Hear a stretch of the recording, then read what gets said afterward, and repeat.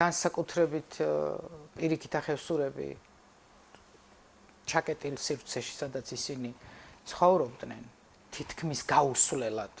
ანუ დიდი კისტეჩი გადასულიყვნენ. რომ შეუძლებელი იყო გარკვეული წესების და კანონების გარეშე ეს ყველაფერი სისტემურად გამართული ყოფილიყო. იქნებოდა ქაოსი. იმიტომ რომ განსაკუთრებულ ჩაკეტილ სივრცეში ადამიანები ძალიან ისეთ თვისებებს და ხასიათის ნიშნებს ამჟღავნებენ, რაც შემდეგ კონფლიქტებს იწვევს და ქაოსს იწვევს. ხევსურებმა ძალიან კარგად იცოდნენ, რომ ყველაფერი უნდა მოქცეულიყო ესეთ ჩარჩოში, ყველაფერს უნდა რქმევოდა თავისი სახელი, ყველა წვრილმანი იყო გათვალისწინებული. რა დროს, რა, როგორ, ვინ, სად. აი ეს იყო საოცრება. ჩემთვის კიდევ ერთი აღმოჩენა, რომ არა ეს წესები, მოკლედ ხევსურები ვერ იცხოვრებდნენ იქ ესე ერთად და ერთმანეთით.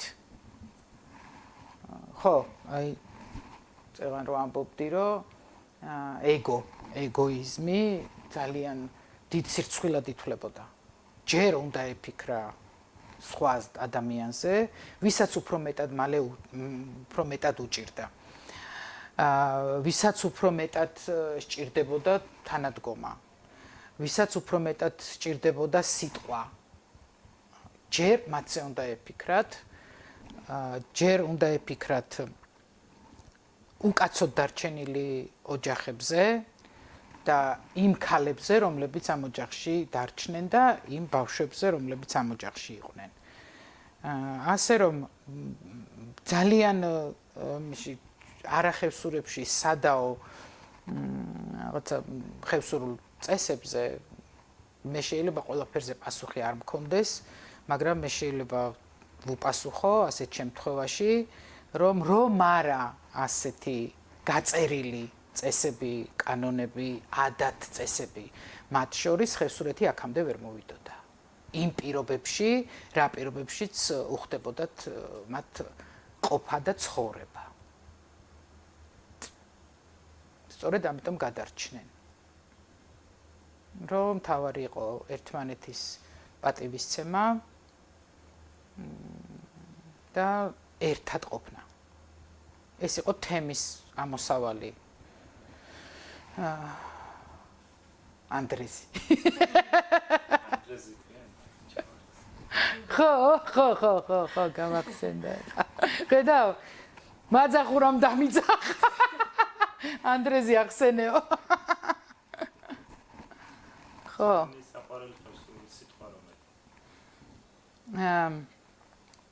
აუ, რომელია?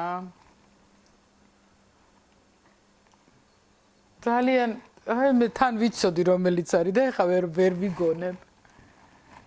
შენი? მე მიგოლთ მოვა.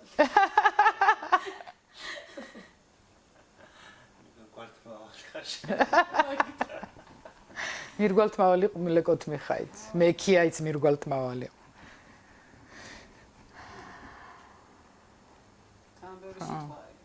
მე მიყვარს ძალიან რამდენიმე სინონიმი რო აქვს მწერელ ტყეს მაგალითად ხევსურეთში. და ძალიან უცნაურია რომ თითქმის ერთი და იგივეს ნიშნავს, მაგრამ სხვადასხვა შემთხვევაში გამოიყენებოდა მწერელ ტყე, მწერელ ჩვილ, გონწართ გადავარდი და ხელთული. დედაზრი ერთია, მაგრამ სხვადასხვა მნიშვნელობას ატარებდა. ხო, რომელიც განსაზღვრავს და ხელთულია თუ მწერელ ტყვე. მწერელ შვილიც იყო. მე გამახსენდა ძალიან რომელიც მომწონს ხევსურებმა იცოდნენ აი ჭრილობა რომ მისკენ წავიდო და მორჩენისკენ უკვე რომ მიხვდებოდნენ რომ პირი შეიკრა მოუქრისტიანდაო იტყოდნენ ხოლმე. მე მგონია რომ ხევსურეთის კილოს სიტყვა ეს იმიტომ რომ სხვაგან არ შემხვედრია მოუქრისტიანდა. ანუ აი როგორი დაკავშირებაა ხო იმის დედა აზრი, აი აზრი როგორი დევს, რომ კარგისკენ უკვე მორჩენისკენ მოუქრისტიანდა. და არ მიყვარს წევლა ხევსურების სწორთმასასხლეტო. ხო, შინაარსობრივად ძალიან მაგარი სიტყვა, მაგრამ აი ზუსტად შინაარსობრივად როა ეგეთი სიტყვა და ჩავწვდი, რასაც ნიშნავს, აი სწორებიდან საიქიოს გამგზავრებას.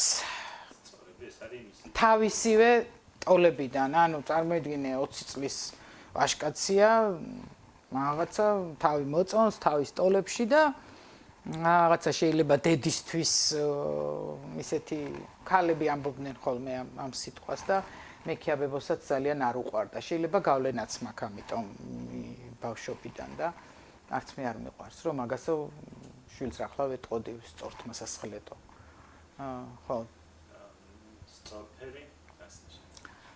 სწორფერი თავის ტოლსა და სწორს ნიშნავს. მე ესე ვფიქრობ. სწორფრობა ძალიან დიდი თემაა.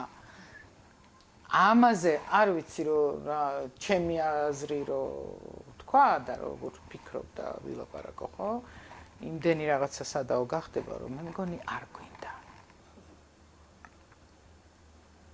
მაინც ვერ გაიგებს ჩემო პატა. რატომ არ გაიგება?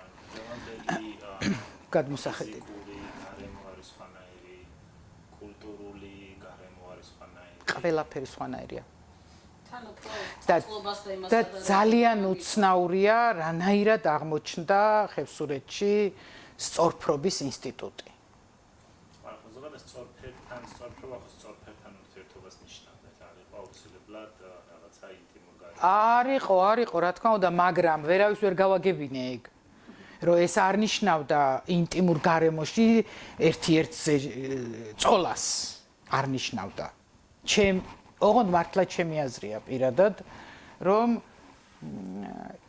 იმ სინამდვილეში და იმ ყოფაში სწორფრობასაც ძალიან დიდი მნიშვნელობა ჰქონდა, ქალისთვისაც და კაცისთვისაც. ჯერ ეს ერთი ვფიქრობ, რომ ქალი იყო საოცრად თავისუფალი ხევსურეთში. არავინ არ თქვას, რომ რაღაცა შეზღუდული და დაჩაგრული არ იყო ქალი, შეზღუდული და დაჩაგრული. ყველას წესები ერთნაირად მოქმედებდა.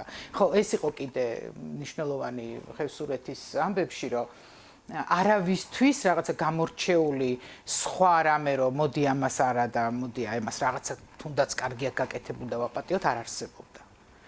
ყველასთვის თანაბრად, თანასწორად იყო კანონი. მოქმედებდა, როგორიც არ უნდა მანამდე საქმეები ჰქონოდა გაკეთებული. თუ ვაჟკაცი იყო სოფლისთვის, ბევრი კაი ჰქონდა გაკეთებული, ბევრი ქისტი ყავდა დამარცხებული, ჩემპიონი იყო, ოქროს მედალი ჰქონდა. და უცებ რაღაცა ისეთ საკეთებს, რომელიც არის შემარცხვენელი და არასწორი იმ წესების და კანონების, აუცილებლად იმ შემთხვევების გამო დაისჯებოდა. მას კი არავინ დაუვიწყებდა. რაც კარგი გააკეთა, მაგრამ ამისთვის აუცილებლად დაისჯებოდა, აი ამის თქმა მინდა. იქ იყო დასჯის სხვადასხვა მეთოდები, მაგრამ კვლელობაც ერთ-ერთი მეთოდი იყო, უკანასკნელი რაღაცა. ერთი ესეთი იცი რაზე ვგიჟდები კიდე, რომ რაღაცა ტრაგიკულ ამბავში შეიძლება და ისეთი სახალისო რაღაცა გაერიათ სიტყვაში, რომ მათთვის გაბრაზებული ტონით ნათქვამი იყო და აქედან რომ მე ვიგებ ამ ამბავს, მეცინება რა. ერთ-ერთი ესეთი ამბავი მოხდა, რომ რაღაცა ქალი დააოსულა ერთ-ერთმა რაღაცა ერთმანეთში და ეს ქალი მგონი ქრივი იყო რა რაღაც და მოკლედ ერთხელ აუკრძალეს, ორჯერ აუკრძალეს და კიდე მნიშვნელოვანი არის იცი რომ ასეთ შემთხვევებში ქალი არ ისჯებოდა რატო დაურსულდიო, კაცს მოეთხოვებოდა ყოველთვის პასუხი. ის გააჩენდა გაზრდიდა იმას. კი არ მოწონდათ, მაგრამ ქალისთვის არ იყო რაღაცა სადამსჯელო ის. ქალსა და კაცს შორის ურთიერთობაში პასუხისმგებლობა უფრო კაცზე. მამაკაცი იყო. უფრო კი არა 90%. და მოკლედ მაინც რო დაძვრებოდა ამ ქალთან, მოკლედ სასამართლოსავით მოუწყვეს ხატში და რომ მოვიდა სახში ერთ-ერთის იქ მონაწილე. აბა რა ხდებოდა ვიქავ რა ხქენითავ ქალი მეკითხება რა. რა უნდა გვექნაო? გაიარესავ იქნავ, ითქვავ, გაიარესავ თოფყრესავ. ხო, მე ბებოს რო ეს 4 შვილი ყავდა გარდაცვლილი, ძალიან ვაწუხებდით ხოლმე პატარები, რომ აბა რითი გარდაიცვალა, ხა წარმოიდგინე მე რო ვარ 8 წლის და რო გავიგებ, რომ ესე 4 შვილი მოუკვდა ბებოს და სულ მაინტერესებდა რანაირად მე არ მოუკვდი გავიზარდე, ხო, ეხა ბავშვის აზრებს გეუბნები, მე მაშინ რაც მახსოვს და რო შევაღონეთ, ერთხელ გითხრა, რომ მე რა ვიცი, ავად გაყდიანავ, მაკვდიანავ. და ძალიან სერიოზულად ამბობდა, გაბრაზებული ამას და ეხლა ისე მეცინება რომ ხო არის რაღაცა მარცვალი იმის იუმორის თავი დაგვე ხო შავი იუმორი თავი დაგვენებებინა რა ოღონდაც მეტი აღარ მკითხოთო რა აბა რა ვიცი მე ავად გაყდიანავ მაკვდიანავ ბალღები ხო და საიდანსად გადავედით ხედა ამას როგორ რას დააკავშირებ არ ვიციო სწორფრობიდან ხო სიარულზე რაღაცა ქისტებიც იყვნენ უსული შატილში ჭკუის საკითხავ დადისა და ვერ მოვაშლევინით ხო იცი რა არის ეგ ამბავი ეხა ძალიან დადის ამ სოციალურ ქსელში მაგრამ მე მგონია რომ თლად ეგრე არ იქნებოდა რაღაცნაირად ცოტა გარომანტიზირებულია რა და მე ხო იცი ეს ხევსურები ავიტაცებთ ხოლმე და ძალიან მოგწონს შეიძლებოდა რაღაცა მსგავსი ყოფილიყო მაგრამ არა მგონია მთლად ეგრე რომ აი ქისტებმა ეხა შემოვიდნენ და იქ ნადგომ ბალღებს კითხეს ჭკუა ერთადერთი ვარიანტი შეიძლება ყოფილიყო რომ დასაცინად კითხეს აი რაღაც რომ ეღლიცინათ რა გახალისებული იყვნენ და უბრალოდ მიიღეს ძალიან ისეთი ბრძნული პასუხი რა ერთადერთი მაგ იმას ვემხრობი თორე ხო რა ვიცი იმის საკითხავად მოვიდნენ ქისტები ჯერ რავი ამ თავის კუთხეში და სოფელში არ ყავდათ ისეთი ხუცესი ვინმე რო იმათთვის ეკითხათ ეგეც ცოტა საეჭვოა რომ ქისტები რატომღაც გადმოვიდნენ ხევსურები ჭკვიანი ხალხია და მოდი იმათ ვკითხოთ არავინ ერთ სხვას არ ეკითხებოდა ეგეთ რაღაცებს იმათ თავისი წესები და კანონები ქონდა ძალიან ლოგიკურ რაღაცებს ვამბობ შეიძლება მართლაც იყო მაგრამ ჩემთვის ესეა რა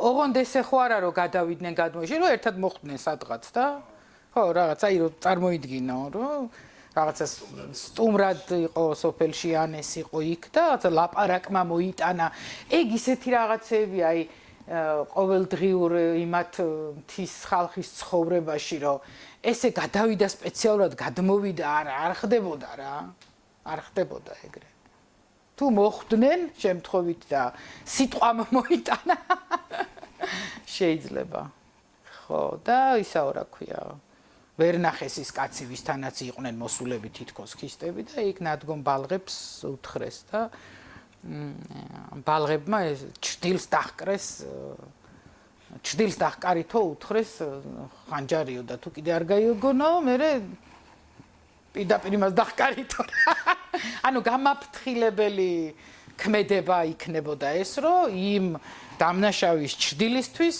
ხანჯარი დაეკრათ მიწაზე და ხო რა გითხრა მაგაზე ძალიან უფრო დიდი და კარგი ამბებია მოსაყოლი მათ შორის მაძახურაშიც შესული ჩემს ბავშვობაში შატილში 11 კომლი ცხოვრობდა თავისი შვილბოლოთი ეს ნიშნავს კომლს იმიტომ ვამბობ ეს იყვნენ ოჯახები, რომლებიც ზამთარ ზაფხულ რჩებოდნენ შატილში. ეხლა არ ვიცი, 3-ია? ხო, თუ 5. და ისიც ან ძალიან მოხუცები არიან, ვინც არიან და ძალიან ცოტა ახალგაზრდა და ბავშვი 2 თუ 3 შატილში სკოლაში ვინც არის. ეგ არის და თითქოს არ არის დიდი დრო, ხო? 30-35 წელზეა ლაპარაკი და უკვე დაცლილია. რეალურად მთლიანად დაცლილი შემიძლია ვთქვა. იქითაც მიღმახევშიც თითო სოფელში 3-4 კომლი ცხოვრობდა მეტი ზოგან. და სკოლაში ბავშვები 45 ბავშვი იყო. 45 ხა არის 3. თითო სოფელში თითო ოჯახი და ზოგ სოფელში საერთოდ აღარავინ. ეს არის ძალიან დიდი ტკივილი. ჩემთვის პირადად, რომ ხევსურეთში სუნთქვა შეწყდა. ზაფხულში უკვე ისეა, რომ ზაფხულში სხვა მიზნები არის თვისაც იქ ხალხმრავლობაა. ის აღარ რაც ჩემს ბავშვობაში იყო. შეიძლება რომ აი სუნთქვა აღდგეს. მაგრამ რეანიმაცია შესაძლებელია ხოლმე ზოგ შემთხვევაში. ამ შემთხვევაში შესაძლებელია, მე ვფიქრობ, მე რაც თავი მახსოვს და რამდენი რაღაცა თავრობა კი არა, წყობაც კი გამოიცვალა ჩემი არსებობის მანძილზე. არავინ არასდროს არ სწავლობდა ხევსურეთს რატომღაც. ჯერ ერთი ალბათ იმიტომ რომ ცოტა მიუვალია, ანუ ძნელად მისასვლელია ზამთარში იკეტება. მერე ცოტა ხალხია და რა გაუკეთონ იმ ხალხს, სამ ადამიანს რა გაუკეთონ, ესეთი ლოგიკაა, მოკლედ ესეთი საშინელი და შეიძლება რომ ახალგაზრდებზე მაქვს მე აქ გათვლა, რომ ახალგაზრდები ცხოვრობდნენ ხევსურეთში. პირველ რიგში, აი ელემენტარული, რაც მე მგონია რომ თან ყველა მთავრობის ვალდებულებაა, რომ თავის ქვეყანაში ყველა სოფელს მისასვლელი გზა ჰქონდეს. აქედან დავიწყოთ. 9 თვე ფაქტობრივად ჩაკეტილია პირიქით ხევსურეთი. შეიძლება 8 თქვათ, ესე რომ ვთქვათ. შეუძლებელია მანქანით გადაადგილება. კარგი, მანქანით გადაადგილება შეუძლებელია, ციდან ხო შეიძლება, რომ გარკვეული რეისები დაინიშნოს, ვთქვათ, თვეში 2 ჯერ. რომ ადამიანებს შეეძლოთ ეს უნდა იყოს უფასო. იმიტომ რომ ისეთ ადგილასა, ისეთ პირობებში უნდა იცხოვროს იმ ხალხმა, რომ ამისთვის ფინანსები უნდა იყოს გამოყოფილი. აი, თვეში 2 ჯერ მაინც იყოს ფრენა იმ 8 თვის განმავლობაში, რომ ავად გახდება ადამიანი, აი ჩვენ ხო ვიცით, რომ იმიტომ რომ ვერ წამოიყვანეს, ძალიან ბევრი გარდაიცვალა ზამთარში ხევსურეთში, პირიქით ხევსურეთში. ვერ წამოიყვანეს. შეიძლება ვერც ფრენით ვერ ჩაასწრო, იმიტომ რომ იმ ორგანიზებას იმას ყველაფერს დრო უნდა და დრო ყოველთვის საწინააღმდეგოდ მოქმედებს. ან უბრალოდ ნისლი იყოს უღელტეხილზე და ვერ გადაფრინდეს ვერც ფრენი და ვერ ჩამოიყვანოს. ასეთ რაღაცებზე როცა ფიქრობენ ახალგაზრდები, ვისაც განსაკუთრებით ის ახალგაზრდები, ვისაც ოჯახი და შვილები ყავს, საერთოდ არ მიკვირს, რომ არ უნდათ იქ ცხოვრება. იმიტომ რომ უნდათ შვილები გაზარდონ ნორმალურ ჯანსაღ და ისეთ გარემოში, სადაც სიცხერვა უწევს ექიმთან წაიყვანოს, განათლება მისცეს. ხევსურეთს არაფერი არ აქვს, არც გზა. არც სამედიცინო დახმარებისთვის რამე საშუალებები. არც განათლების საშუალება არ არის, არც ცხოვრების საშუალება არ არის. და აი ამ პირობებში როგორ უნდა უთხრა ვინმეს, რომ შენ უნდა პატრიოტი იყო, უნდა წახვიდე და შენი კუთხეში უნდა იცხოვრო, ვერ ეტყვი. თუ არ შეუქმენი ეს პირობები. და მე მჯერა, მართლა მჯერა გულწრფელად, რომ რაღაცა აი ესეთი გარკვეული პირობების შექმნის შემდეგ ბევრს გაუჩნდება სურვილი ხევსურეთში დაბრუნების და იქ ცხოვრების.